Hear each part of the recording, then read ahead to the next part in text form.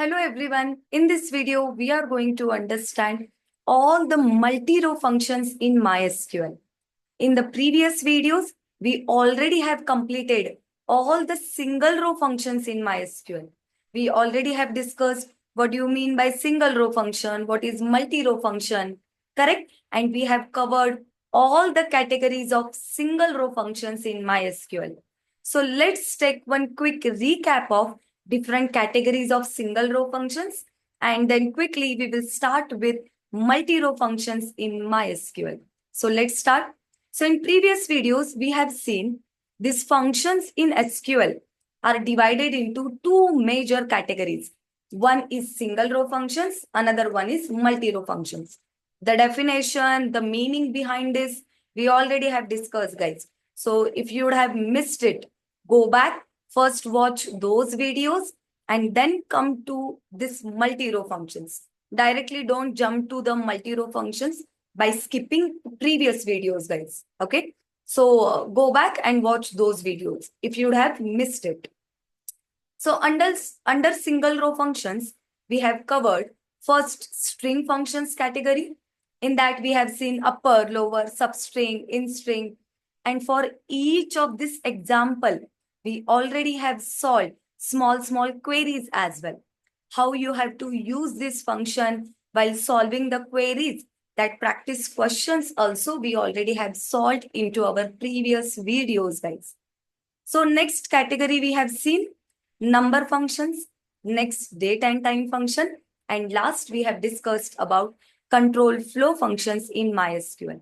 In that we have seen if, null if null, coalesce, and so on. So these are the four major categories of single row functions in SQL. You no need to write it or you no need to take any screenshot of this, because in the notes, a proper chart, the syntax of each function, practice question answer, interview based question answers, every single thing I have given, guys. And I will assure that you will not face any other question than those notes, guys. So please go through the notes properly, rewatch the recordings twice, thrice to get the better clarity about the concept. Because one time if you watch the recording, you will understand the concept, but it will take time for you to remember the concept. So if you want to revise with 2x speed also, rewatch the recordings again and again and again to get better clarity about the concepts, guys. Okay. So now we are going to start with multi-row functions, under which we have 5 different functions, not categories, only 5 functions we have. First is count, sum, average, maximum, and minimum. So this is the description or explanation about each of this function. Okay, this chart also you will be getting in your notes, guys. So now all these 5 functions we are going to understand directly with the help of practical examples. We will create one table and we will start solving the queries on that table by using these functions. So let's get started. Let's switch to the MySQL workbench. So this is the records table which I have created. You will be getting the table creation queries and all in the notes, guys. So you can check definition of multi-row function. You can call multi-row functions as an aggregate functions as well. What? You can call multi-row functions as an aggregate functions as well. Okay. Why? You will understand. Now, these are the 5 functions, their respective description and the examples I have given, short examples. Now, these are the nodes, usage, use cases, and this is the table creation. So this query I already have used to create the table over here. And this is the data of our table. So if you carefully observe this table, how many columns we have in this table? 1, 2, 3, 4, 5, 6. So let's start writing the queries on this table. So the first question is, we have to write a query to display the total number of records in the table. Okay. So now this is very small table, guys. in which you can check 1, 2, this is 3, this is 4, okay, this is 5. How many records we have? Total 5, guys. So very small table we have. Manually only you have checked, okay, ma'am, 5 records we have. But just imagine when you have large databases. At that time, will you count manually? Okay, 1, 2, 3, 4, 5, 6, 1,000, 1,001, 1,002, lakh, 1,01,001, 1,02,000. No, we cannot count like that, guys. So we have something called as count function, COUNT.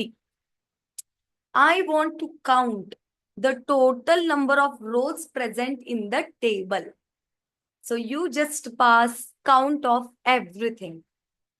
Everything means, see, this is row number 1. I'm not checking any specific column, guys. How many values are present in booking date? How many values are present in score? You can check. In score, total 1, 2, 3, 4 values are present. In booking date, we have 1, 2, 3, 4, 5. So like that, I don't want. With respect to column, I want entire column. Means all columns you consider. So this is row 1 again.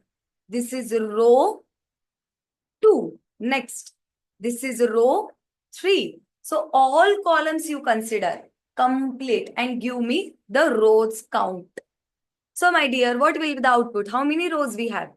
5 rows, right? If I execute C count, I am getting 5 rows. Here I will display as result.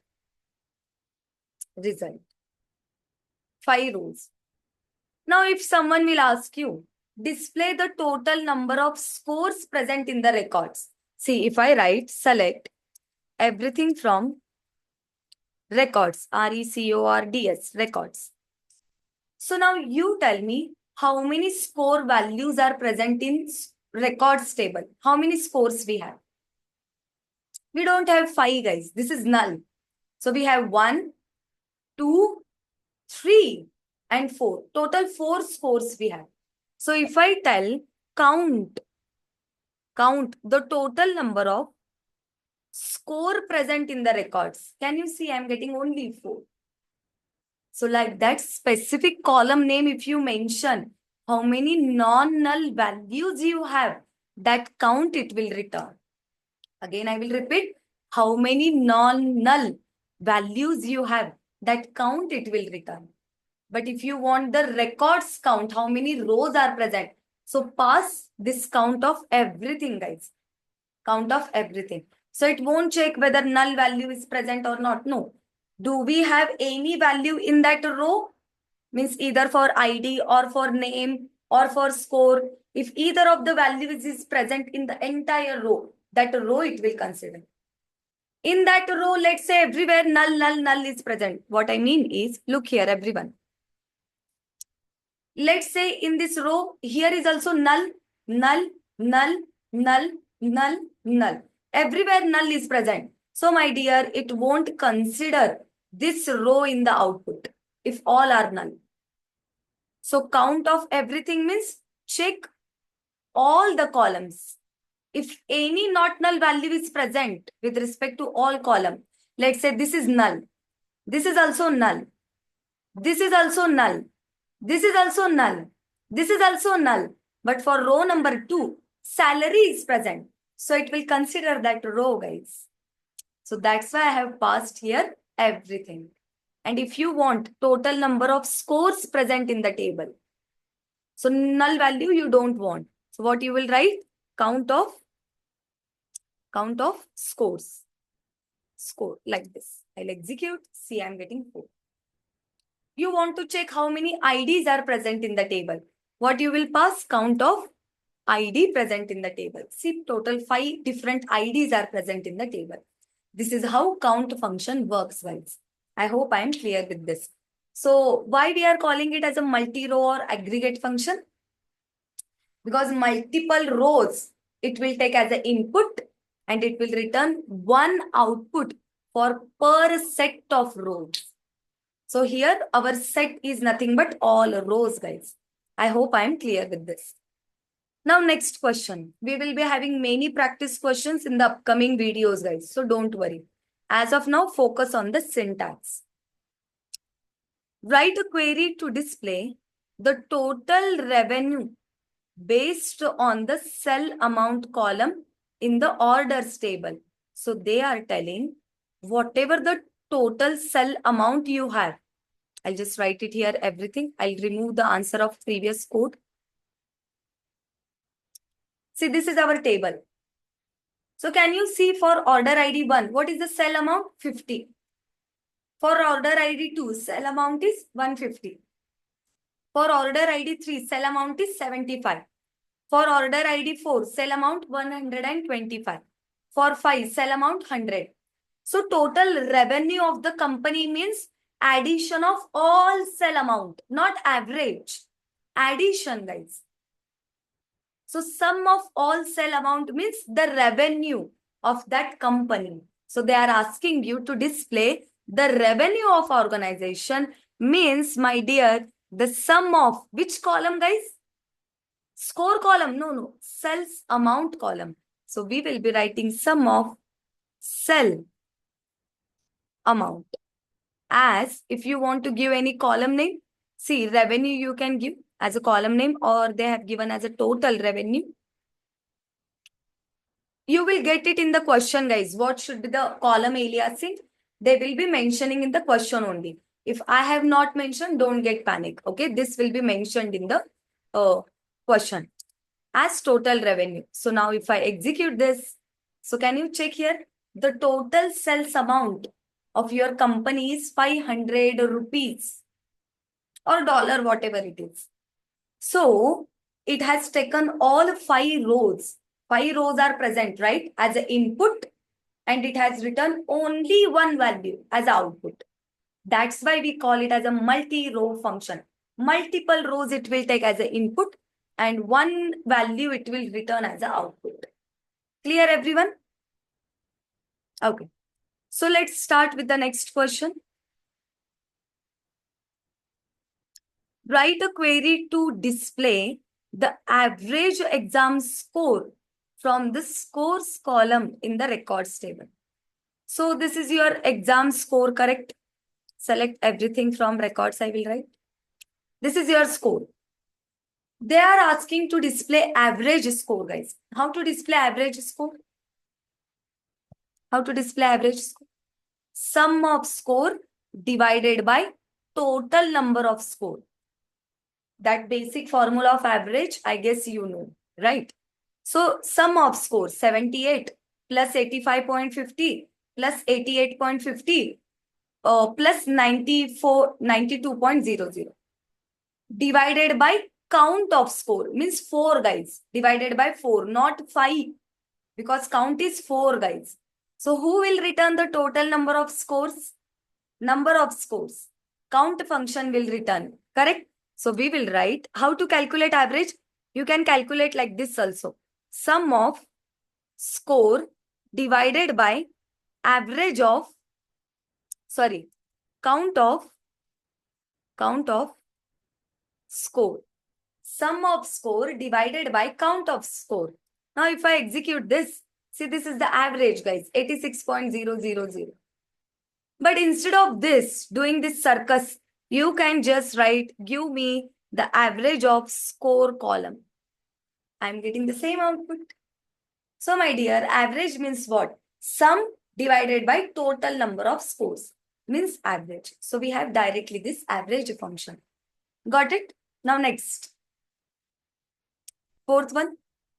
Write a query to display the earliest and the latest booking dates from the booking date column in the records table.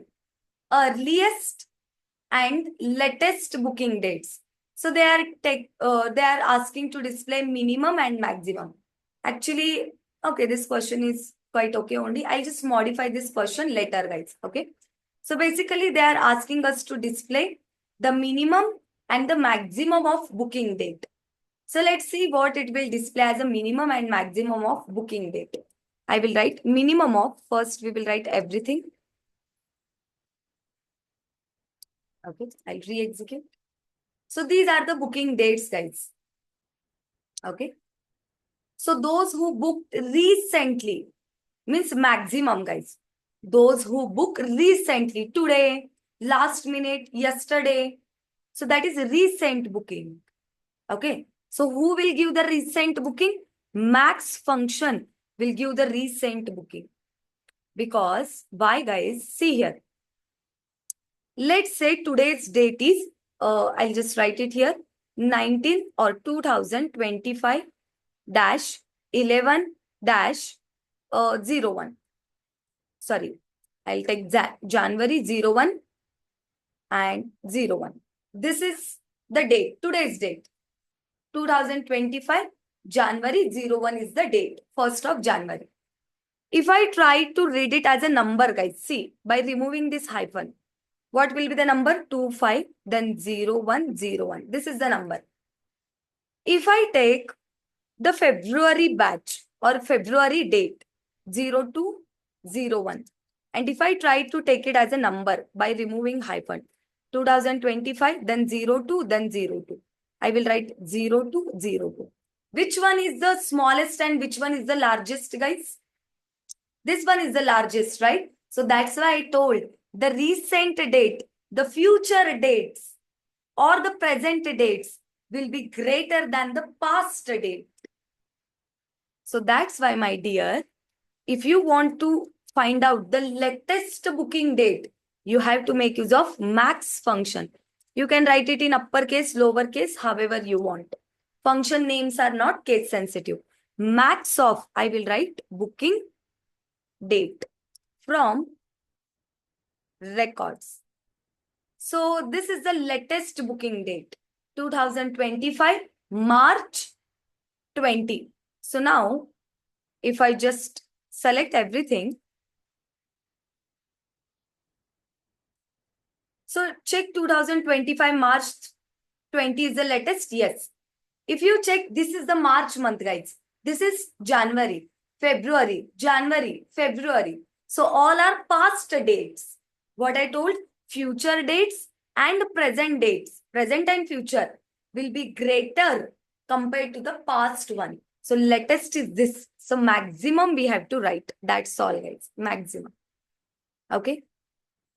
Now next, the oldest date you want where user booked the ticket. So you have to use minimum of booking date, guys. Okay, minimum of booking date.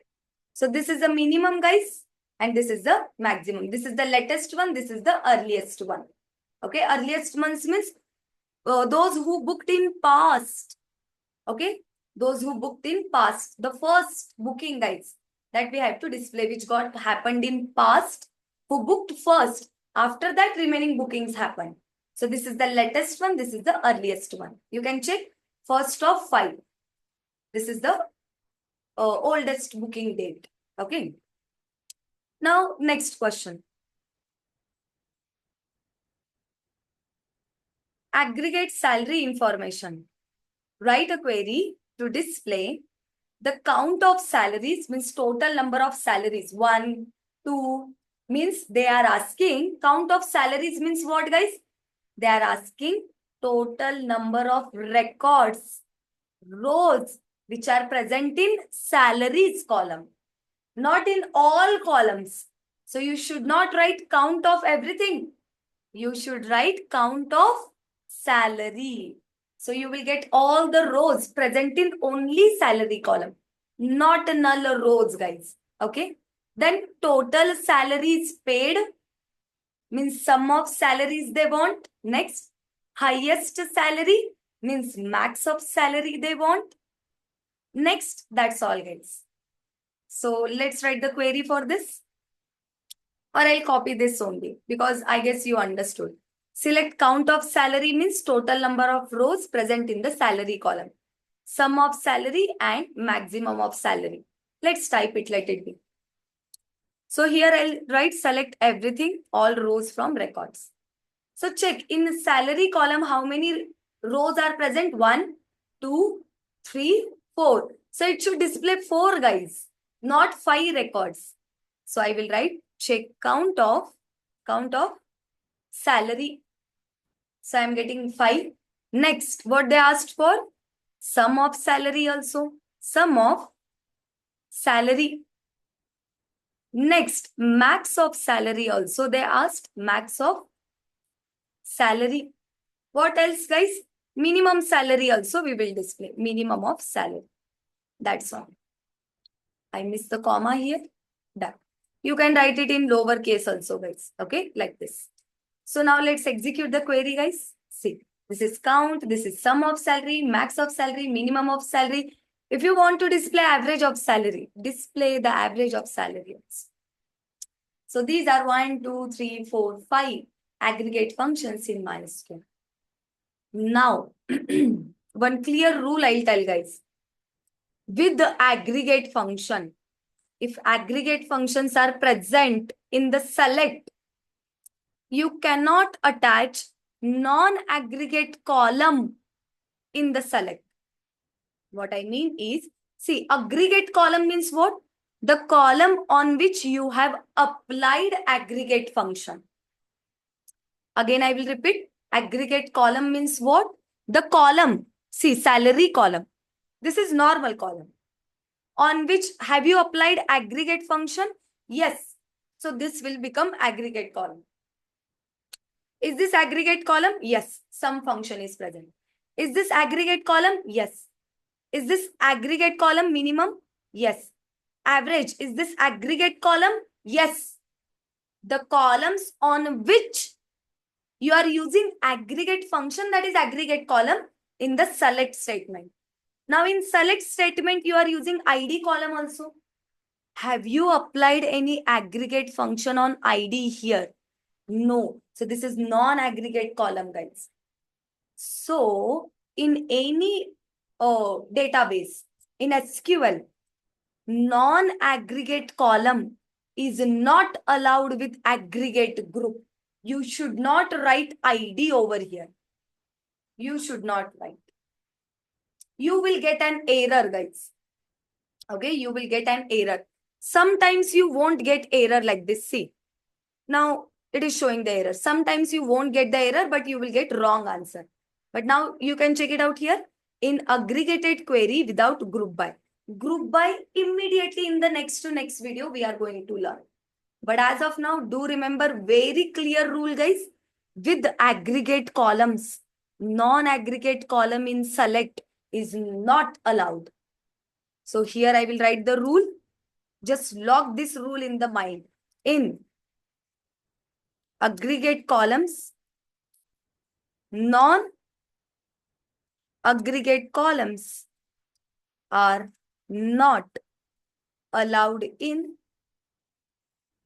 select, okay, are not allowed in select. So here this ID is not at all allowed. You will get an error. So let's remove this ID, guys. So you can check this is also aggregate. This is also aggregate. This is also aggregate, aggregate, aggregate. You cannot use any single row function also here. Upper of, you cannot write name. Not allowed. Is this aggregate column? No, no, no. Because upper is not aggregate function. Upper is not multi-row function. It is single row function, guys. So, my dear, you can only and only use aggregate columns over here in the select statement. Non-aggregate column is not allowed. So, all these rules you will be getting in the notes, guys.